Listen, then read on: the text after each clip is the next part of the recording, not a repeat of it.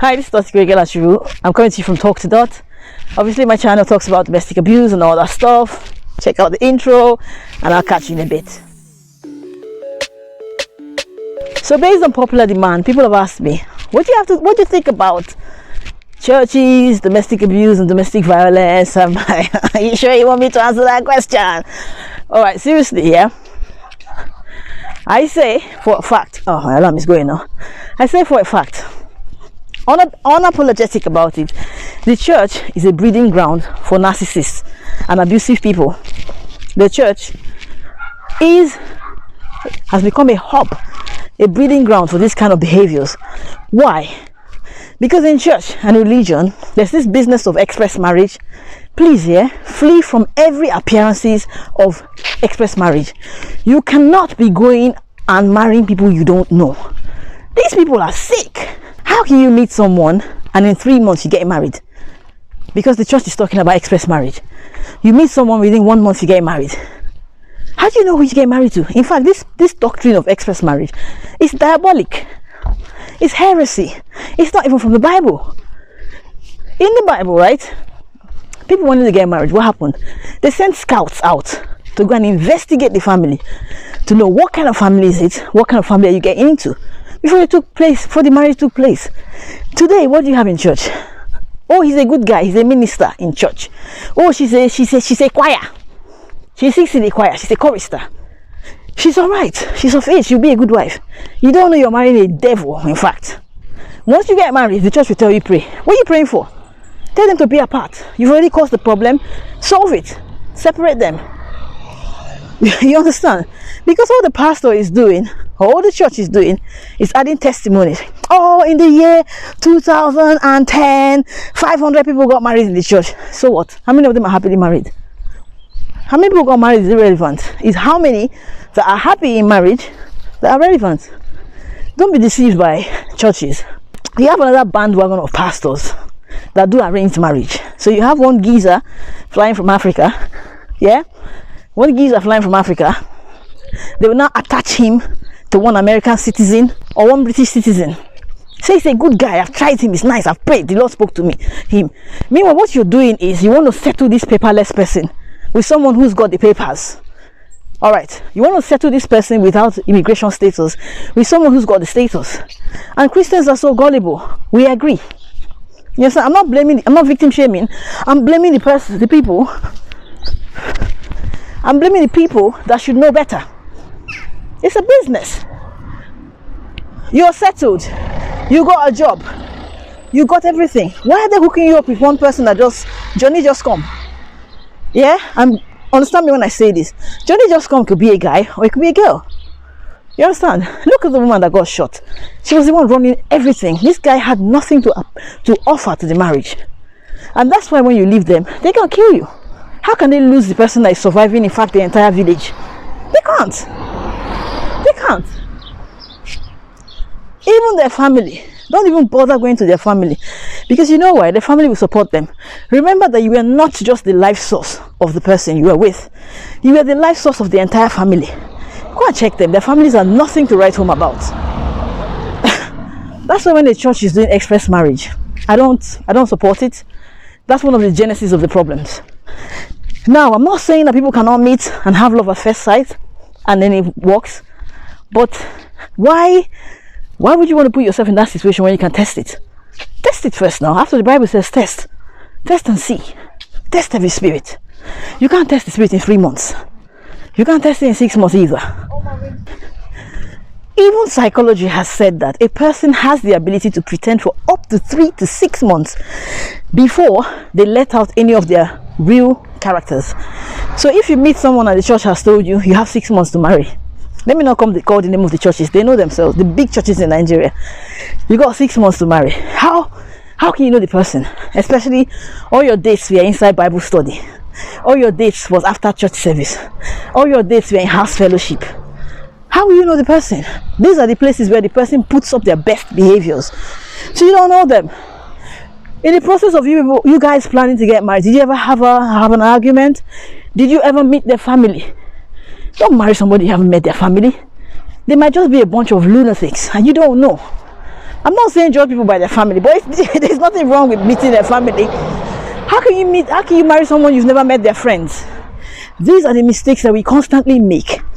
Somebody tells you my friends are bad. That's why I left them and I came to Jesus, because my friends are bad. Jesus! Meet the bad friends. Those bad eggs, they might just tell you something that will help you. Exactly. Yeah, they might tell you. Even Jesus had Judas with him. You think Jesus didn't know that Judas was going to sell him? What are you talking about? Even Jesus hung out with the tax collectors and stuff like that. So yes. Yeah, so you have bad friends. We want to meet bad friends. We want to meet them and see what they have to say about you, really. No, I left them because they're bad influence. They're all doing fraud, credit card scam. They're all doing this. They're all bad. So I left them. No, we want to see those bad friends. Insist on seeing the bad friends. Don't marry someone you've not met their family.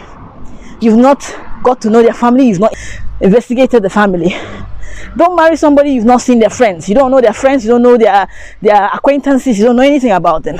In fact, I know in the rule of relationship, people say, don't investigate the ex. But you know what, yeah? With the way this domestic violence and narcissistic abuse is spreading, go and find the ex.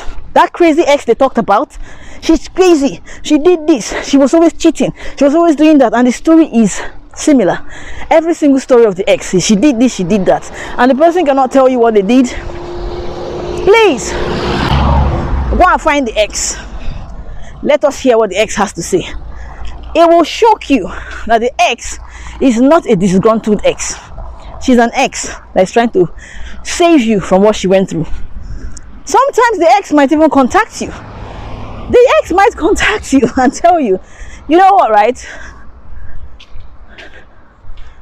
The ex might even contact you and tell you, that guy did this, that guy did that, he's not well. Don't think she's lying. Take it serious. Do you know what my mom used to say? She says, there's no smoke without fire. As long as it's a gist, yeah, follow the gist. When you find out that the gist doesn't lead anywhere, let it go. But don't just assume because we are Christians, everyone is good. Not everyone's got a good heart like you. Some people have nothing good to offer. I know you want to see the best in people. You want to think that people are good, they are pure. I've said the sinner's confession prayer. He's now a new person. He's not a new person. He's not changed. She's not changed. The same people. Be smart. That's why your Bible tells you, say the sons of men are smarter than the sons of God. Even your Bible tells you that Christians, you guys need to walk. You need to be woke. Or however it's said. You understand? Say be as wise as the serpent, but be meek like the lamb. So don't just be meeking yourself all about and forget that you should be smart as well. Streetwise. Be wise. Don't just go into church and lose your brains. Don't just go into a relationship and forget who you are. That's when you need to open your eyes. You understand? Open your eyes. Like I said, the church and religion is a breeding ground for narcissistic abuse. And when you even talk about it, if you can even explain it, because it's hard to explain, if you so much as explain it, your pastor will tell you pray. Remember, these people are master manipulators.